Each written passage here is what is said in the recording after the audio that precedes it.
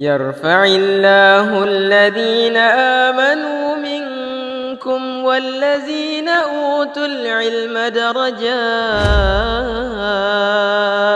والله بما تعملون خبير. Assalamualaikum warahmatullahi wabarakatuh. Alhamdulillah rabbil alamin. Wa bihi nasta'in ala umuri dunya wa din. Wa la'aqibatu lil muttaqin. Wa la udwana illa 'alal zalimin. Asyhadu an la ilaha illallah wahdahu la syarika lah wa anna Muhammadan 'abduhu wa rasuluh. Allahumma shalli wa sallim ala nabiyyina wa habibina Nabiullah Muhammad sallallahu alaihi wasallam. Masyaallah muslimin rahimahullah.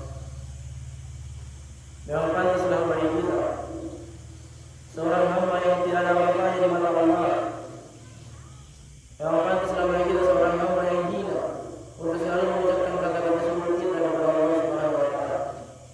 Sebab kita diberikan kesempatan untuk beribadah hingga malam ini, itu semua berkat nikmat dari Allah Subhanahu wa taala. Jika mungkin Allah mencabut salah satu nikmat yang ada dalam diri kita, mungkin saja kita tidak akan bisa untuk melaksanakan ibadah tarawih pada malam ini. Kemudian salawat serta salam kita kirimkan kepada baginda Nabi Allah Muhammad sallallahu alaihi wasallam. Masyaallah muslimin rahimakumullah. Banyak di antara kita yang tidak memahami nubuat Allah Subhanahu wa taala. Allah Sang Khaliq, Sang Pencipta, Zat yang menciptakan semuanya, semua yang ada di langit maupun yang di bumi, baik yang dilihat oleh mata kita maupun yang tidak terlihat oleh mata kita. Segala sesuatu yang ada di langit, di bumi, hatta yang ada di kedalaman lautan yang paling dalam pun, itu semua yang diciptakan oleh Allah Subhanahu wa taala. Allah Subhanahu wa taala mengabadikan kekuasaannya dalam firman-Nya. Wa ma tasqutu min warqatin illa ya'lamuha wa la habatin fi dhulumatin wa la ratbin wa la yabisin illa fi kitabin mubin. Maka tidaklah sehelai daun yang jatuh dari sebuah pohon melainkan Allah tahu. Allah tahu jatuh dari pohon mana, jatuhnya di sisi mana dan kapan jatuhnya. Itu semua Allah tahu. Dan tidaklah satupun biji yang basah maupun yang kering yang tumbuh di muka bumi ini melainkan Allah tahu. Tidak ada pergerakan yang ada di bumi ini melainkan sudah tercatat semuanya di Lauhul Mahfuz. Allah itu Samiul Alim, Zat yang Maha mendengar, Maha mengetahui. Allah Al-Basir, Zat Maha melihat, yang Maha melihat segala sesuatu, baik yang zahir maupun yang batin. Makanya tingkat tertinggi dalam agama kita setelah berislam ialah ketika ia melaksanakan rukun Islam itu namanya muslim. Akan tetapi ketika ia gabungkan dengan rukun iman yang keenam,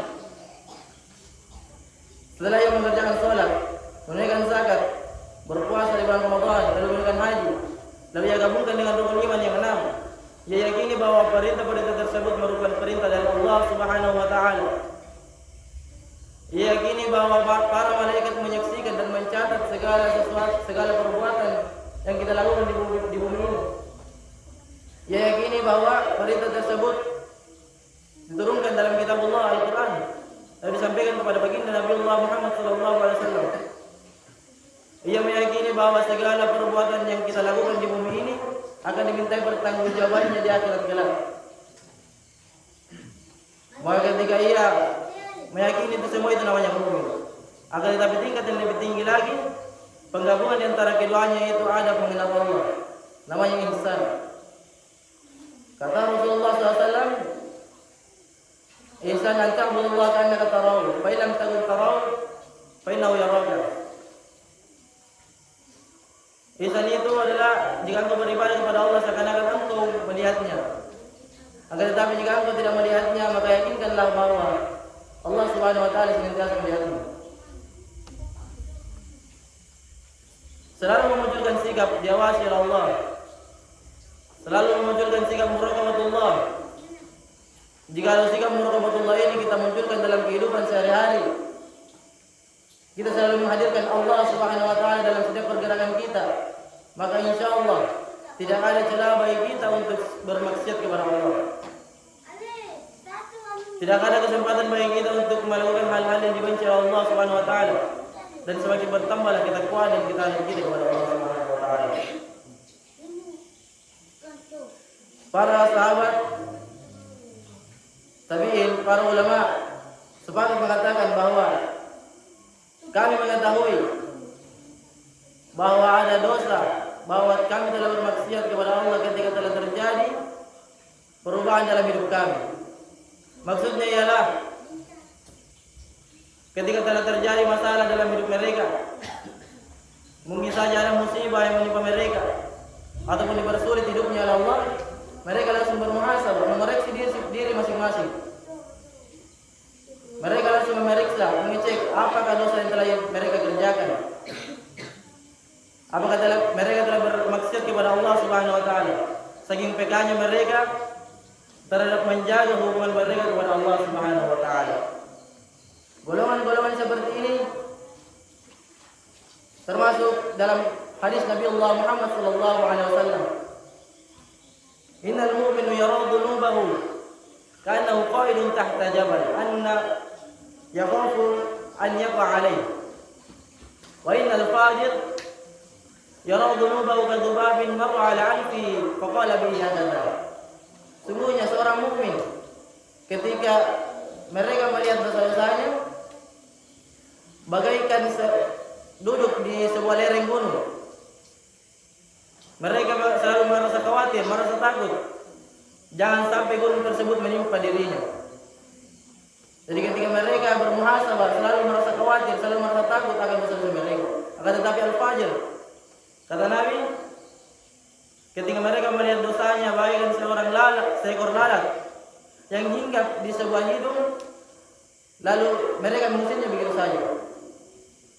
Maksudnya ialah al-fajir adalah seorang yang selalu menganggap remeh akan bermaksiat kepada Allah, selalu menganggap remeh bencana-bencana atau azab Allah Subhanahu wa taala. Orang-orang seperti ini tidak memiliki rasa takut sedikit pun terhadap Allah. Maka kiat-kiat kita untuk mendekatkan diri kepada Allah, kuncinya ialah paksakan diri kita untuk selalu beramal saleh. Kita harus paksakan diri kita untuk selalu melakukan amal-amal saleh, menyibukkan diri kita dengan hal-hal kebaikan. Paksakan diri kita untuk meninggalkan maksiat, meninggalkan hal-hal yang dibenci oleh Allah Subhanahu wa taala. Maka ketika telah muncul rasa takut, ketika kita telah muncul rasa ketaatan kepada Allah, maka itu akan menyebabkan kita mendekatkan diri kita kepada Allah. Memperbanyak dulu majelis-majelis ilmu, membicarakan tentang kebesaran-kebesaran Allah, membicarakan tentang kekuasaan-kekuasaan Allah. Semakin dalam kita mempelajari ilmu agama, maka semakin takutlah kita pada Allah Subhanahu wa taala. Allah Subhanahu wa taala berfirman, Inna ma yakhshallaha min ibadihi ulama. Sungguhnya orang-orang yang takut kepada Allah, hamba-hamba yang takut kepada Allah adalah para ulama, orang-orang yang berilmu. Mungkin ini saja yang saya sampaikan. Lebih dan kurangnya mohon dimaafkan. Barakallahu fikum, jazakumullahu khairan. Wassalamualaikum warahmatullahi wabarakatuh.